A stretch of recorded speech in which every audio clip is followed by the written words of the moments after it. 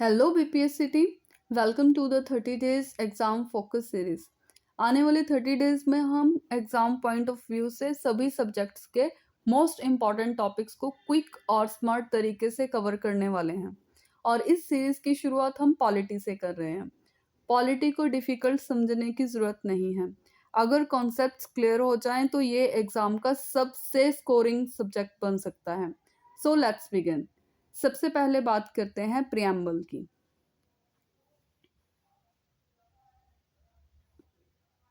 Preamble को constitution का introduction या प्रीफेस कहा जाता है।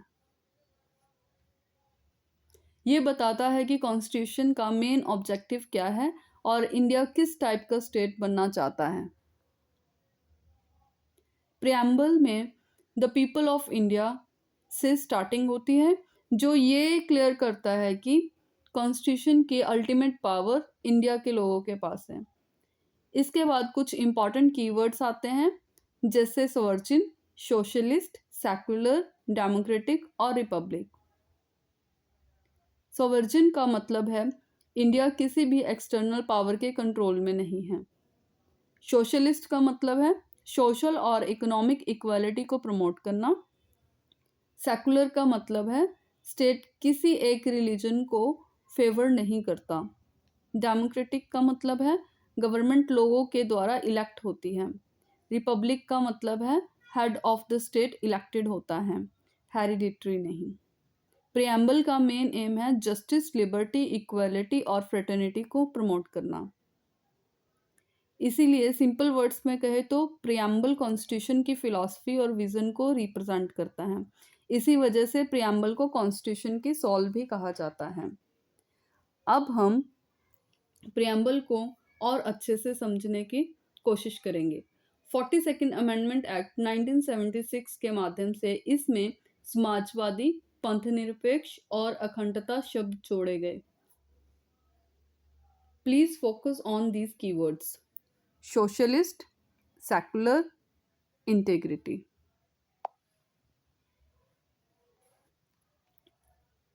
Let's break down each keywords and concepts in preamble and understand its significance in our constitution.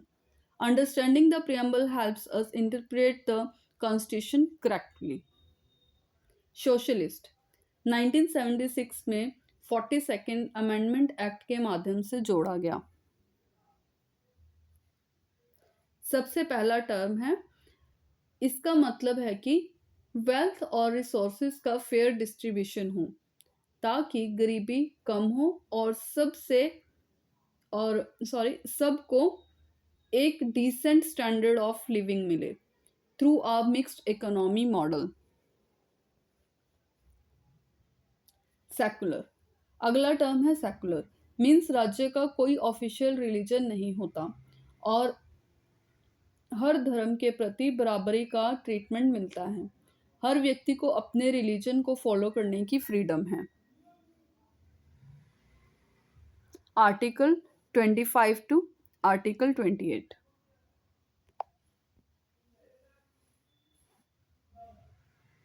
Integrity, फिर आता है integrity.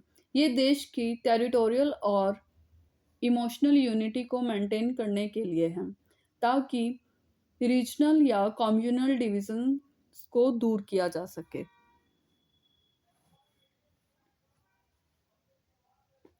Economic justice, economic justice जिसका मतलब है वेल्थ और इनकम की बड़ी इनइक्वालिटीज को कम करना और हर सिटीजन के लिए गरिमा युक्त जीवन स्तर इंश्योर करना। नेक्स्ट बात करेंगे role as soul of constitution. Preamble को कॉन्स्टिट्यूशन का सोल माना जाता है।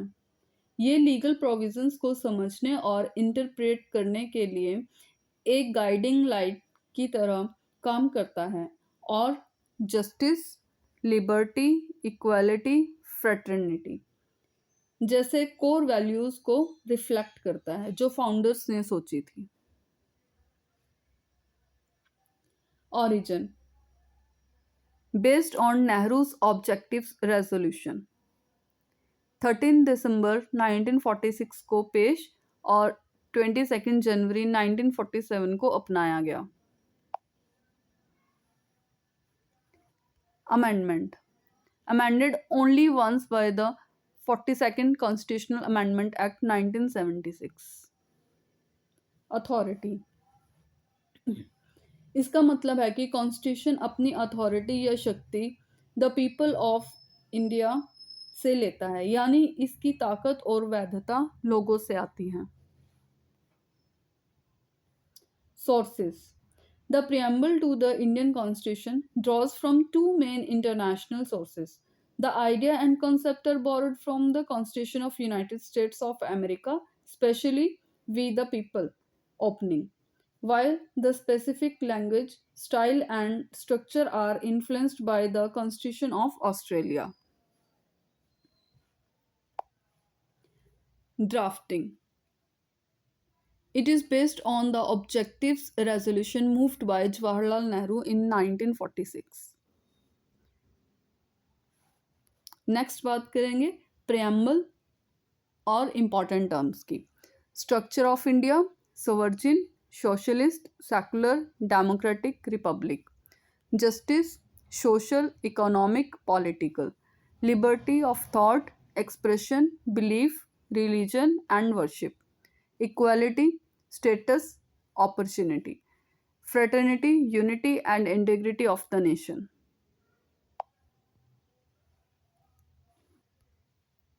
के.एम. मुंशी ने प्रियम्बल को इंडियन कॉन्स्टिट्यूशन का पॉलिटिकल होरोस्कोप कहा है। According to constitutional expert N.A. Palkhivala, preamble को as the identity card of the constitution describe किया गया है। डिज़ाइन, प्रियम्बल की original artistic decoration Beohar Ram Manohar Sinha of Jabalpur द्वारा किया गया, जो कि आचार्य नंदलाल बोस के स्टूडेंट थे। कैलीग्राफर, प्रेम बिहारी नारायण रायजादा, उन्होंने इसे इटैलिक शैली में लिखा था। Now let's test your understanding. आप कमेंट सेक्शन में आंसर ज़रूर बताएं। MCQs 1. Till now, the preamble of Constitution of India has been amended for how many times? 2. The language and ideals of the preamble of Constitution of India is influenced or borrowed from which of the following constitutions? USA, France, Australia. Select the correct option from the quotes given below. 3. The ideals of liberty, equality and fraternity in the preamble are borrowed from constitution of which country? French Constitution, British Constitution, Australian Constitution, USSR Constitution. Number 4. Which case overruled the Barubury Union case with respect to the status of the preamble? Golaknath versus State of Punjab, S.R. Bommai versus Union of India, Keshwanand Bharti versus State of Kerala, LIC of India case. 5th, which of the following terms was not present in the original preamble? Sovereign, democratic, socialist, republic.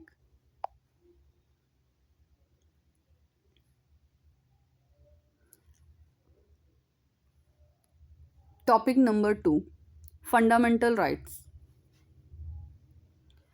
Part 3rd, Magna Carta of India, Articles 12 to 35. Borrowed from USA Constitution. Fundamental rights are called cornerstone of the Constitution. Originally, the Constitution provided 7 fundamental rights. At present, only 6 fundamental rights. Right to equality, Article 14 to 18. Right to freedom, Article 19 to 22.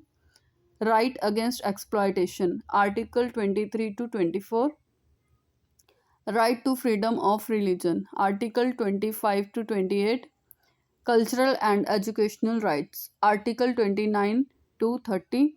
Article 2 property. Article 31. Right to constitutional remedies. Article 32. Note: right to property deleted by 44th Amendment Act 1978 plus legal right under Article 300A in Part 12.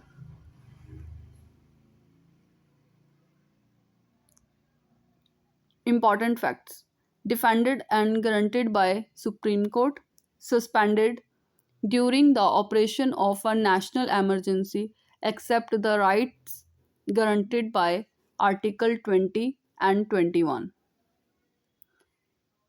Six rights guaranteed by Article 19 can be suspended only when emergency is declared, war or external aggression.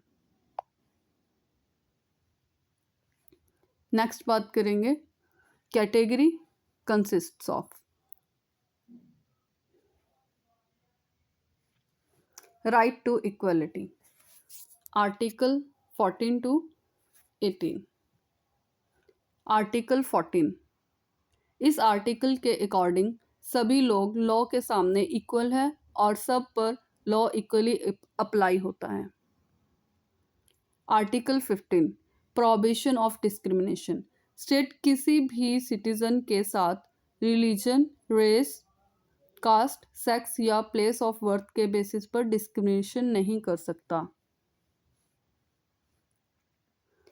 Article 16, equality of opportunity, government jobs में सभी citizens को equal opportunity मिलनी चाहिए। Article 17, abolition of untouchability, इस article के through untouchability को completely abolish कर दिया गया। Article 18, abolition of titles, state किसी को भी टाइटल्स नहीं देगा जैसे राय बहादुर एक्सेट्रा, सिर्फ मिलिट्री और एकेडमिक टाइटल्स अलाउड हैं। नेक्स्ट बात करते हैं right to freedom, article 19 to 22। Article 19, right to freedom, protection of 6 rights regarding freedom of, इस आर्टिकल में सिटीजन्स को 6 इंपॉर्टेंट फ्रीडम्स मिलती हैं। Freedom of speech and expression, freedom to assemble peacefully, freedom to form associations, freedom to move freely in India, freedom to reside anywhere in India, freedom to practise any profession. Article 20, protection in respect of conviction for offences, इस article के according किसी person को एक ही offence के लिए बार बार punish नहीं किया जा सकता। Article 21, right to life and personal liberty, most dynamic article, ये सबसे इम्पॉर्टेंट आर्टिकल माना जाता है। इसके अकॉर्डिंग किसी भी पर्सन को लॉ के प्रोसीजर के बिना लाइफ और पर्सनल लिबर्टी से डिप्राइव नहीं किया जा सकता। Article 21A, right to education, 6 से 14 साल के बच्चों के लिए फ्री और compulsory education. Article 22, protection against arrest and detention, arrest होने पर पर्सन को रीज़न बताया जाएगा और उससे लॉयर का राइट मिलेगा। Next, right against exploitation, article 23, article 24। Article 23, prohibition of human trafficking, human trafficking और फोर्स्ड लेबर को प्रोहिबिट करता है। Article 24, prohibition of child labour, 14 साल से कम बच्चों को हैजार्डियस इंडस्ट्रीज में काम नहीं करवाया जा सकता। Right to freedom of religion, article 25 से article 28। Article 25, freedom of religion, सभी सिटीजन्स को अपना रिलीजन फॉलो और प्रैक्टिस करने की फ्रीडम है। Article 26, manage religious affairs, religious institutions को अपने रिलीजियस मैटर्स मैनेज करने का राइट है। Article 27, freedom from tax for religion, किसी पर्टिकुलर रिलीजन को प्रमोट करने के लिए टैक्स फोर्सफुली कलेक्ट नहीं किया जा सकता। Article 28, religious instructions, state funded educational institutions में रिलीजियस इंस्ट्रक्शंस नहीं दिया जा सकता। नेक्स्ट बात करते हैं cultural and educational rights. Article 29, article 30। Article 29, protection of culture, citizens को अपनी लैंग्वेज, कल्चर और स्क्रिप्ट को प्रिजर्व करने का राइट है। Article 30, minority educational institutions, minorities को अपने एजुकेशनल इंस्टीट्यूशंस एस्टेब्लिश और मैनेज करने का राइट है। Article 32, right to constitutional remedies, अगर फंडामेंटल राइट्स वायलेट हो जाएं तो सिटीजन्स डायरेक्टली सुप्रीम कोर्ट जा सकते हैं। इसी आर्टिकल को डॉक्टर B.R. अम्बेडकर ने कॉन्स्टिट्यूशन का हार्ट एंड सोल कहा था।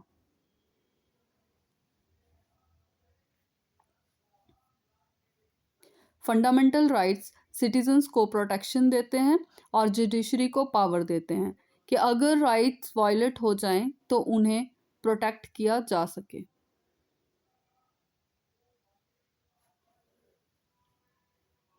फंडामेंटल राइट्स इनफोर्सेबल होते हैं, मतलब कोर्ट इनको प्रोटेक्ट करता है।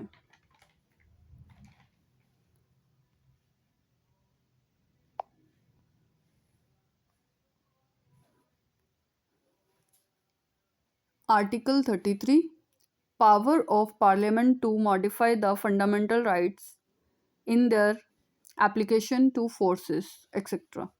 Article 34, restrictions on fundamental rights while martial law in force in any area. Article 35, legislation to give effect to some of the provisions of fundamental rights. Fundamental rights available only to citizens. Article 15, Article 16, Article 19, Article 29, Article 30.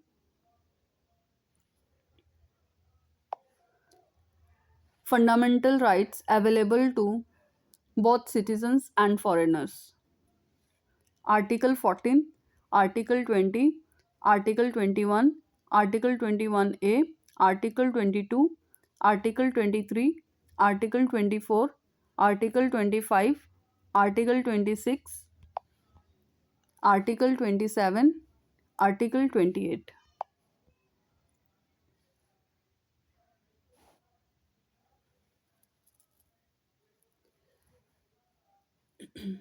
Writ jurisdiction. This is very important from exam point of view. अगर fundamental rights violate हो जाएं तो constitution हमें एक powerful tool देता है जिसे कहते हैं writ jurisdiction.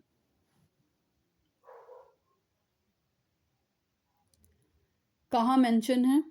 Article 32 supreme court, article 226 high court. Article 32 को डॉक्टर अंबेडकर ने कॉन्स्टिट्यूशन का हार्ट और सोल कहा है। Simple difference, exam favourite, you must remember this difference. Supreme court सिर्फ फंडामेंटल राइट्स के वायलेशन पर रिट इशू करता है। हाई कोर्ट फंडामेंटल राइट्स के साथ साथ किसी भी लीगल राइट के वायलेशन पर भी रिट इशू कर सकता है, इसलिए हाई कोर्ट की पावर वाइडर मानी जाती है। 5 types of Ritz.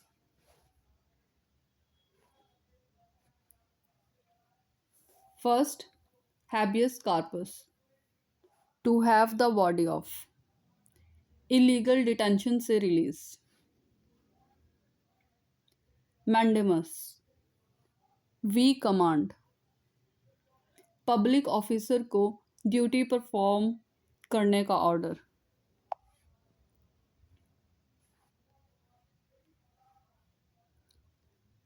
Next, prohibition, to forbid और स्टॉप, लोअर कोर्ट को केस सुनने से रोकना। Next, certiorari, to be certified और इन्फॉर्म्ड, लोअर कोर्ट का ऑर्डर कैंसिल करना।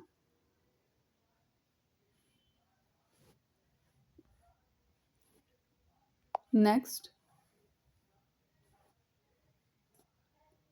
क्यो वारंटो, बाय व्हाट अथॉरिटी और बाय व्हाट वारंट, किसी पोस्ट पर अथॉरिटी को चैलेंज करना। रिट्स सिटीजन्स को आर्बिट्रेरी एक्शन से प्रोटेक्ट करते हैं। ये जुडिशरी का सबसे पावरफुल टूल है राइट्स को सिक्योर करने के लिए। Now important facts. Supreme court is the custodian of fundamental rights. Article 15 close 3 special provisions for women and children.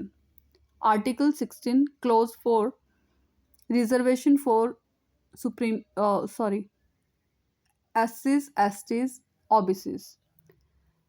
Right to Education Act 2009 came into force 2010. 86th Constitutional Amendment Act 2002 added Article 21A. Right to Information Act 2005 में आया। 6 fundamental rights under articles are automatically suspended during national emergency. Article 358. Right to move any court can be suspended by President. Article 359. Right to access Internet. Article 19, Clause 1, Subclause A. It was made fundamental right in 2020.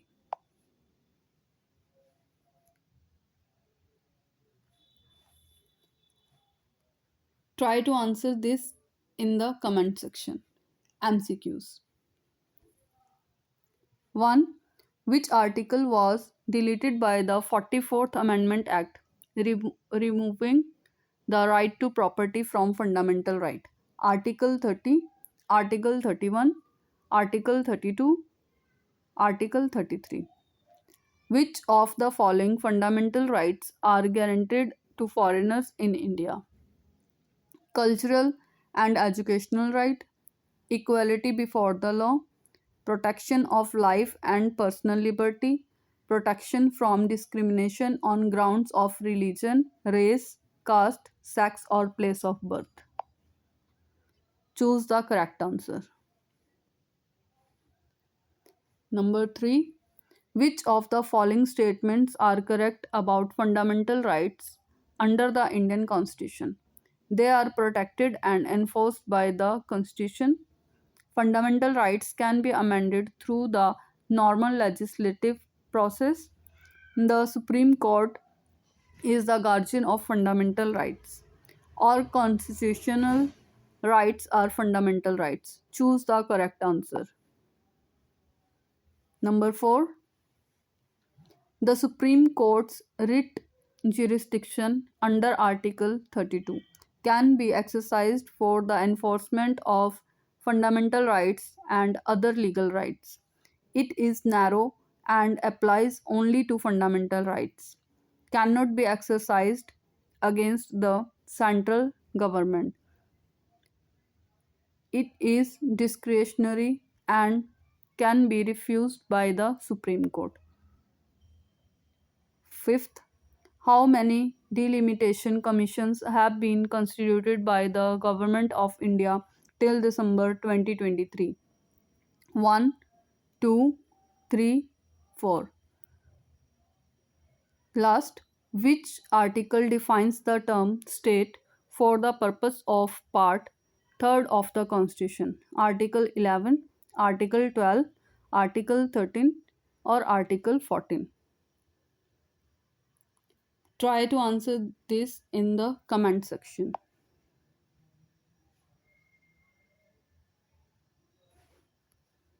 Topic number 3, fundamental duties.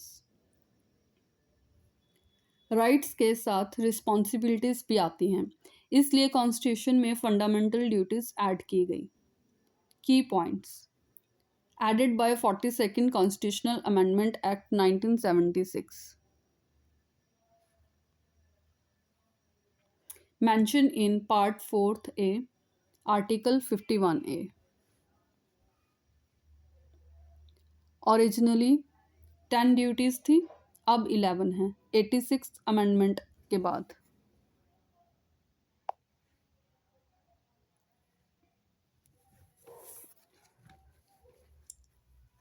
Key aspects of fundamental duties.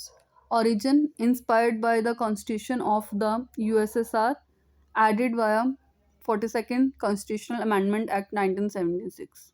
Article and part contained in Article 51A, Part 4. Total number originally 10, now 11. Added by 86th Constitutional Amendment Act 2002 regarding education for children aged 6 to 14. Nature non-justiciable, meaning courts cannot directly enforce them through parliament, can enforce them through legislation. Fundamental duties. According to Article 51A, it shall be the duty of every citizen of India. Important duties, constitution का respect करना,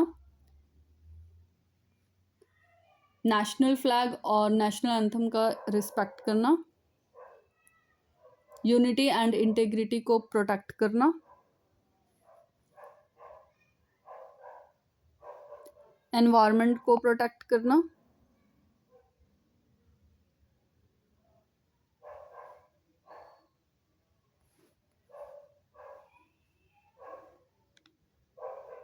scientific temper develop करना, 6 to 14 years के बच्चों को education देना।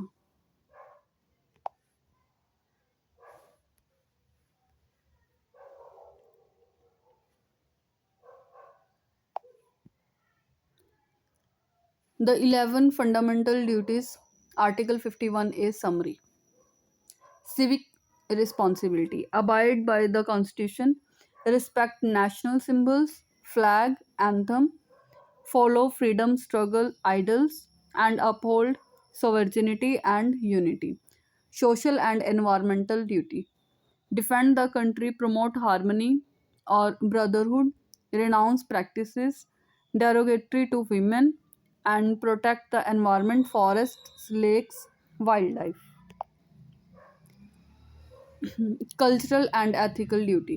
Preserve heritage, develop scientific temper and humanism, safeguard public property and strive for excellence. Parental duty. Ensure education opportunities for children aged 6 to 14. Significance. These duties act as a reminder of citizen responsibilities alongside rights, fostering discipline and national commitment. Exam oriented differences, very important. Fundamental rights enforceable होते हैं, लेकिन fundamental duties non enforceable होते हैं। Court duties को directly enforce नहीं करता। Rights हमें freedom देते हैं, ड्यूटीज हमें रिस्पॉन्सिबिलिटी सिखाती हैं। एक बिना दूसरे के कॉन्स्टिट्यूशन का बैलेंस कंप्लीट नहीं होता। Now MCQs.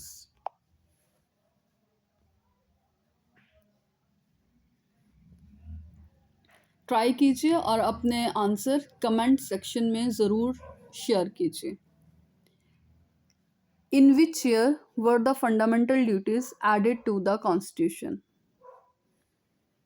1950, 1976, 1978, 1986. Second, which committee recommended the inclusion of fundamental duties?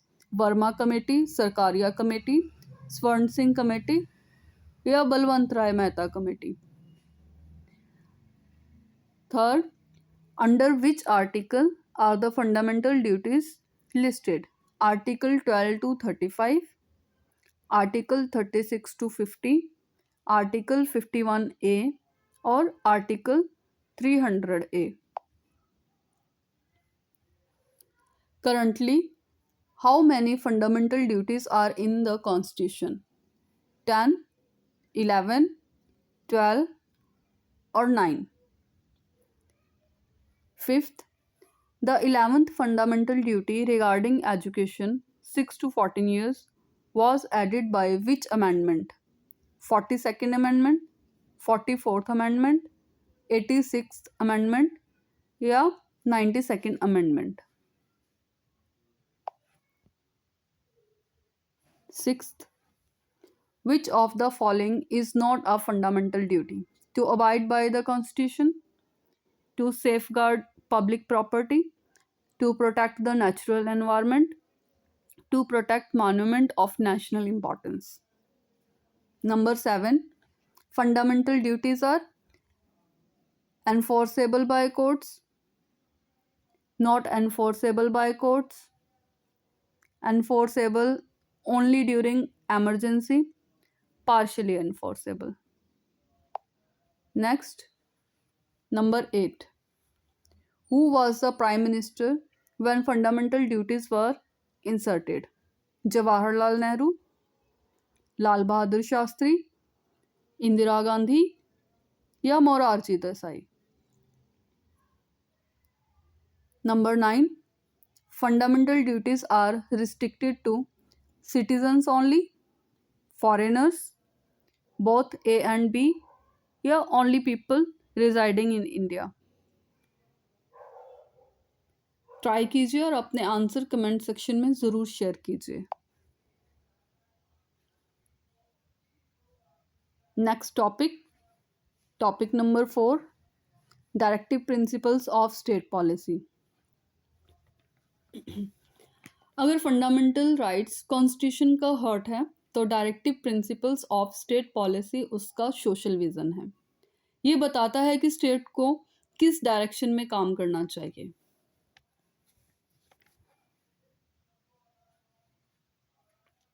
Basic information mentioned in Part 4, Article 36 to 51.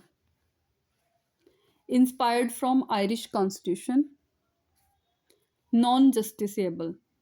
Court में डायरेक्टली इन्फोर्स नहीं होते. मीन्स कोर्ट गवर्नमेंट को फोर्स नहीं कर सकता कि डीपीएसपी को तुरंत इम्प्लीमेंट करो. पर्पस क्या है? डीपीएसपी का मेन एम है इंडिया को वेलफेयर स्टेट बनाना. ये गवर्नमेंट को गाइड करता है social justice, economic equality, political justice.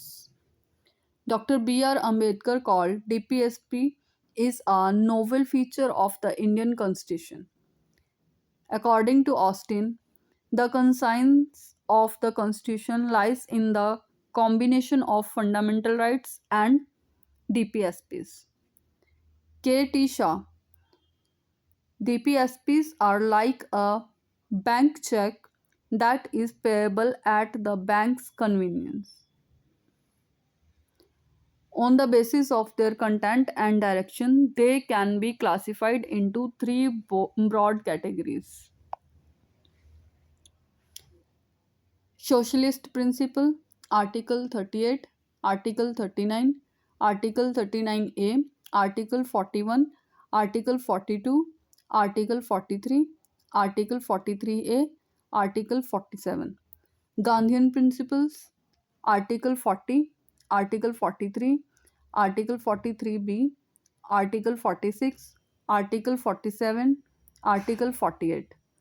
Liberal intellectual principles. Article 44, Article 45, Article 48, Article 48A, Article 49, Article 50, Article 51.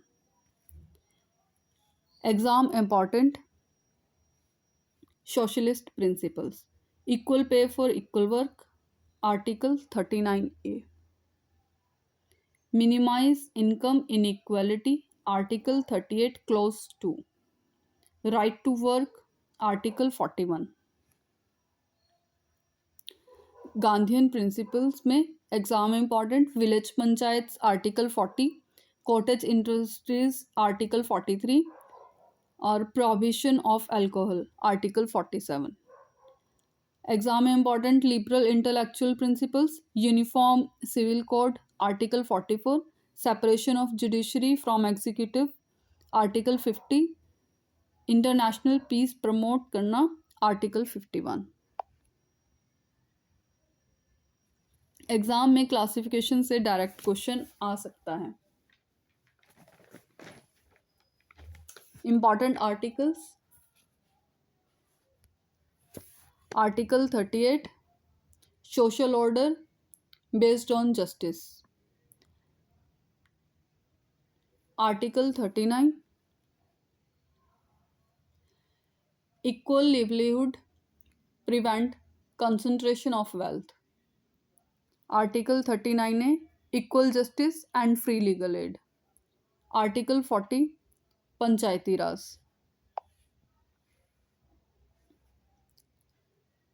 Article 44 uniform civil code for the citizen. Uttarakhand is the first state in independent India to implement a uniform civil code, with the law becoming effective on January 27, 2025. Second state, Gujarat. Remember. Next, Article 45, Early Childhood Care. Article 48A, Environment Protection.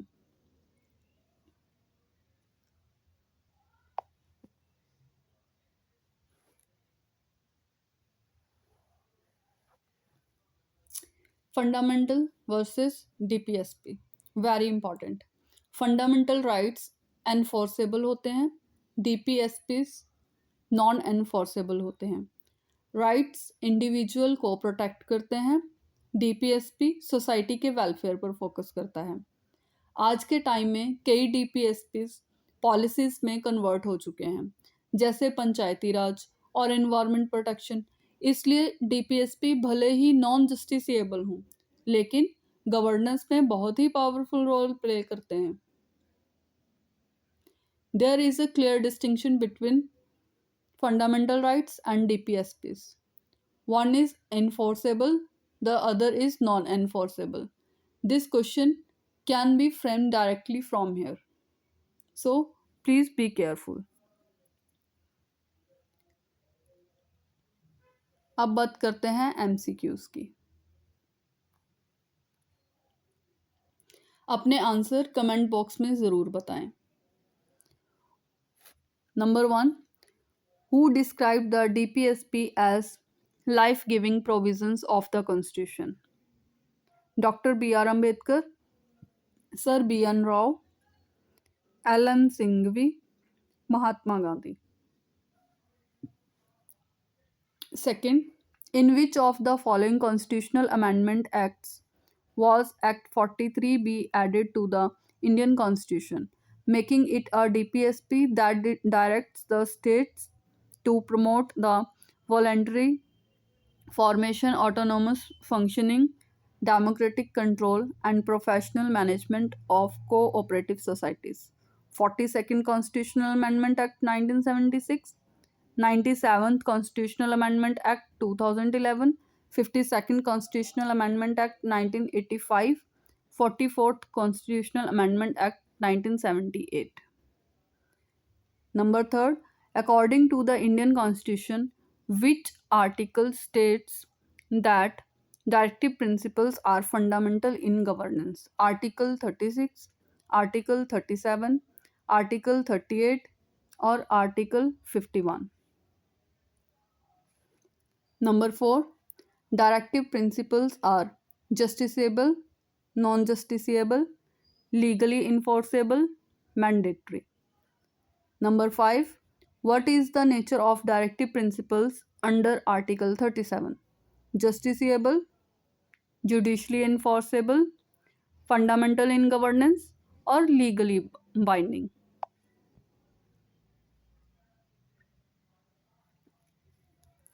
तो ये था polity का सबसे important base.